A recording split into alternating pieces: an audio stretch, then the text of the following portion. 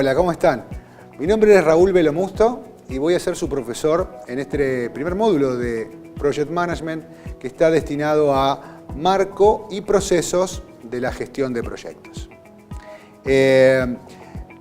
Podemos comenzar diciendo que si nosotros estamos llevando a cabo proyectos y de alguna manera no contamos con algún tipo de metodología o algún tipo de estándar que nos permita trabajar ordenadamente, bueno, haremos lo que podemos de acuerdo a nuestro mejor profesionalismo. Esto es lo que realmente pasa en la vida cuando no tenemos una metodología. Entonces, puede ser que los proyectos fracasen.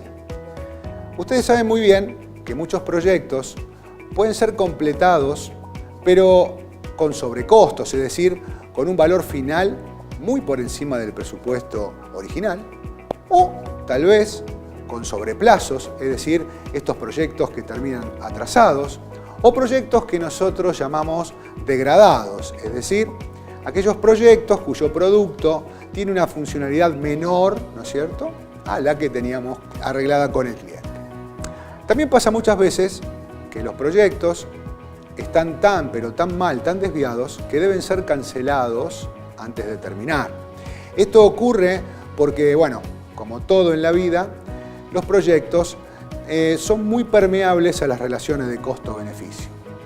Cuando un proyecto es más caro de ser arreglado que ser cancelado y comenzado nuevamente, bueno, estas cosas pasan. Esa es la cruel realidad. Y también sucede, repito, cuando trabajamos sin metodología, que muchas veces los proyectos pueden ser completados dentro del tiempo y dentro del presupuesto económico comprometidos, pero sabemos muy bien que para esto muchas veces nos debe acompañar la suerte. Si nosotros, por ejemplo, en una lista como la que estamos viendo en este momento, recorremos los distintos factores de fracaso que un proyecto puede sufrir, vemos que obviamente hay distintas formas de poder pensar en el fracaso de un proyecto.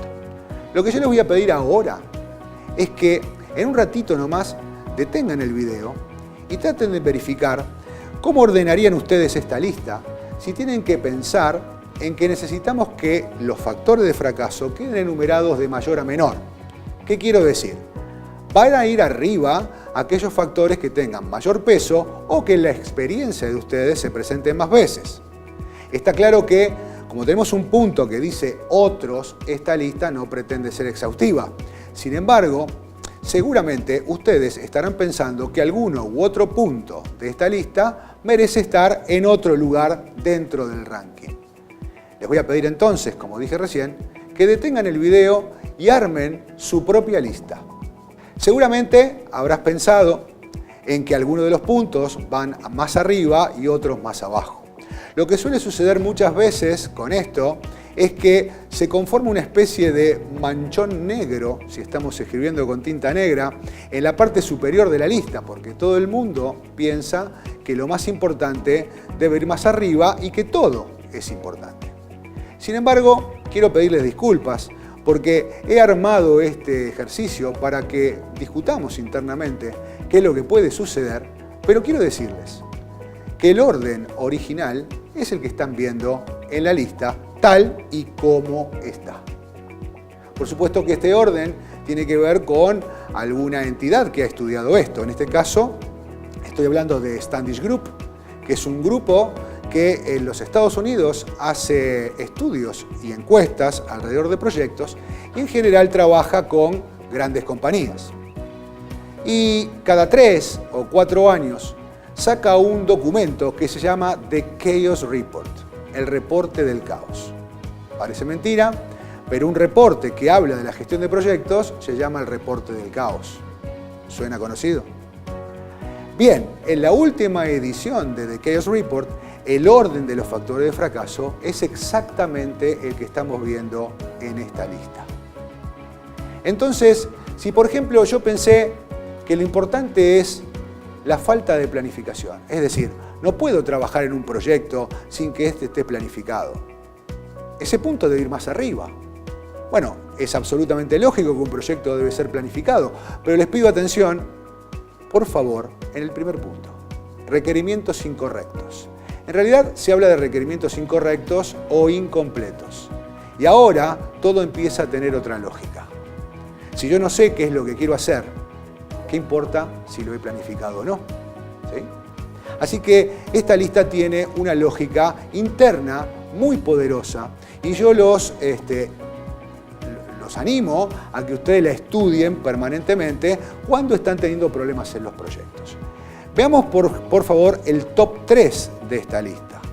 Primera razón, como decíamos recién, requerimientos incorrectos o incompletos. Si uno no sabe a dónde quiere ir, es muy improbable que logre llegar a destino. Así que la ingeniería de requerimientos, la compilación de estos requerimientos es muy importante. Eso es un tema que vamos a ver cuando tratemos el tema de alcance. Fíjense en el segundo punto, falta de involucramiento del cliente o del usuario. En general, uno piensa que el trabajo que se está haciendo está destinado a un cliente, un usuario final, y que ese cliente está en algún lugar esperando que nosotros le demos nuestro resultado. Sin embargo, las buenas prácticas nos indican que es importantísimo que el cliente esté involucrado la mayor parte del proyecto y, por supuesto, dentro de lo posible. La falta de recursos, tercer punto. Bueno, esto es bastante familiar para todos nosotros, ¿no es cierto? Cada vez que hacemos un proyecto tenemos la sensación inequívoca de que nos faltan recursos. Bueno, cualquiera haría un proyecto con recursos infinitos.